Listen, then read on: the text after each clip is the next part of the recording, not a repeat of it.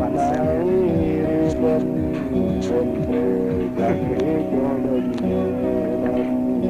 wow nuôi được đó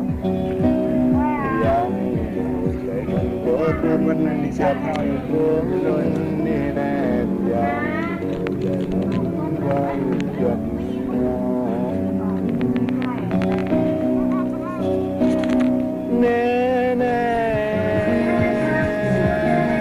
nuôi được đó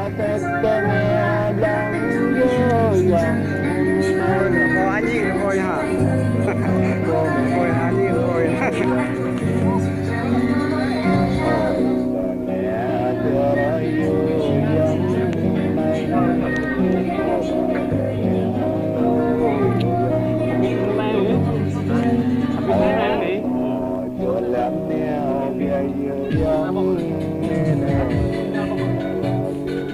khó khăn khó khăn khó khăn khó khăn khó khăn nhất lên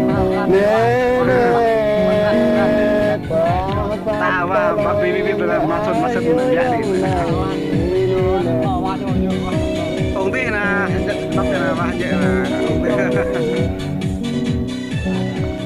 này là công này con tróc này thầu lấy à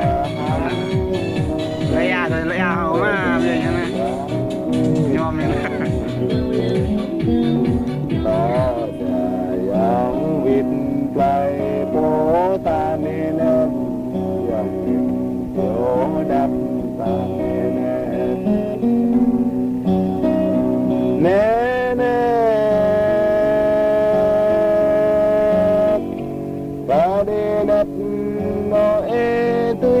chẳng mình nên hết và để làm từ bỏ mà và bạc yang ngài tùy bạc mình nên